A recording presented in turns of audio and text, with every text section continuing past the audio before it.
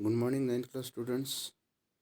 Work energy power के further question answer देखते हैं हम। आज है question number 8। What is power. Power क्या है? पावर है rate of doing of work. देखते हैं क्या है। Power is the rate of doing work और the rate of transfer of energy. इसको हम rate of transfer of energy भी कहते हैं। If W is the amount of work done in time t, then power is given by the expression power is equal to work done upon time. That means P is equal to W upon T. Its SI unit is watt. ये था आपका question 8th। Line देखते हैं। Define 1 watt of power. A body is said to have power of 1 watt if it does work at the rate of 1 joule in 1 second। जो आपका वाट है, वाट of power है, वो क्या है? 1 joule upon 1 second. That is 1 watt is equal to 1 joule upon 1 second. Question 10th। A lamp consume 1000 joule of electrical energy in 10 second. What is the power. हमको power find करनी है। हमें lamp दिया है, इतना कंज्यूम कर रहा है 1000 जूल और कितने सेकंड में कर रहा है? 10 सेकंड में। तो वहाँ से हम पावर निकाल सकते हैं। पावर का फॉर्मूला है work done upon time.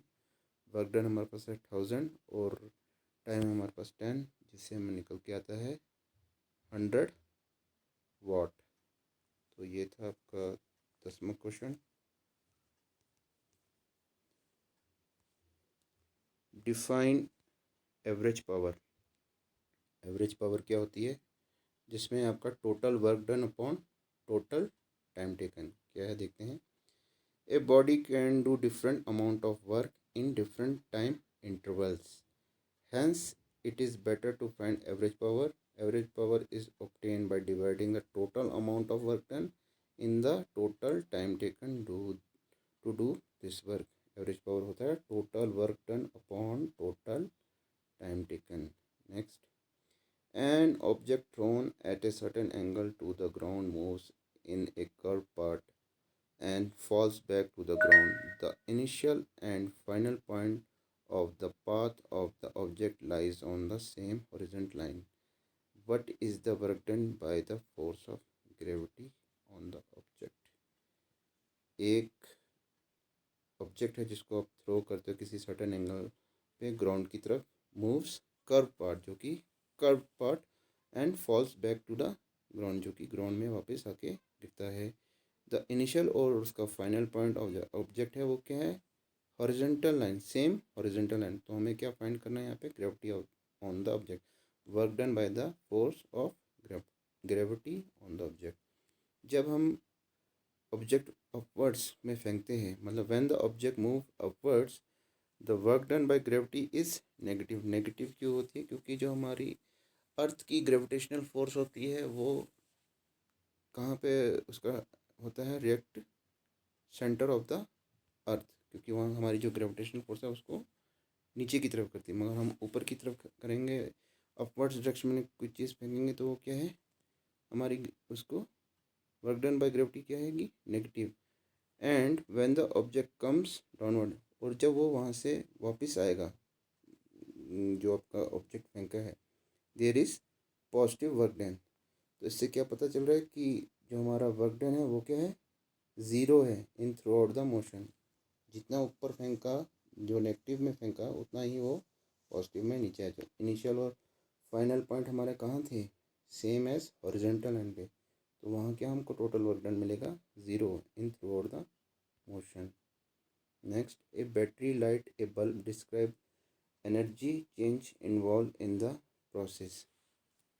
Battery converts chemical energy into electrical energy. जैसे कि आपने टॉर्च देखा है, उसमें हम सेल्स वगैरह डालते हैं। ये क्या हमारी जो बैटरीज होती हैं, ये क्या है? केमिकल एनर्जी, और इसको हम किस में ट्रांसफ़र करते हैं? इलेक्ट्रिकल एनर्जी में।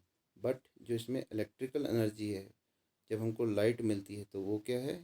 फर्दर कन्वर्ट होती है। This electrical energy further convert into light and heat energy, जिससे कि हमको लाइट और क्या मिलती है? Heat energy. नेक्स्ट देखते हैं।